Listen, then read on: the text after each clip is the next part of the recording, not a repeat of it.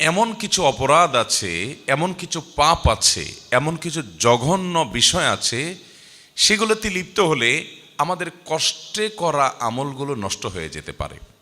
যে পয়েন্টসগুলোর কথা আমরা জানব, যে বিষয়গুলোর কথা আমরা জানব, যেগুলো বান্দার আমলকে বরবাদ করে দেয়, আমলকে নষ্ট করে দেয়, সেগুলো যেন আমার জীবনে কোনো অবস্থায় না থাকে। যদি থাকে, এ আলোচনা শোনার সাথে সাথে আমরা তওবা করে নিব যে সেগুলো আর কখনো আমার জীবনে যেন না আসে, আর ভবিষ্যতেও যেন এরকম কোনো বিষয় আমাদেরকে স্পর্শ করতে না পারে যে বিষয় আমাদের আমলকে বরবাদ করে দিবে।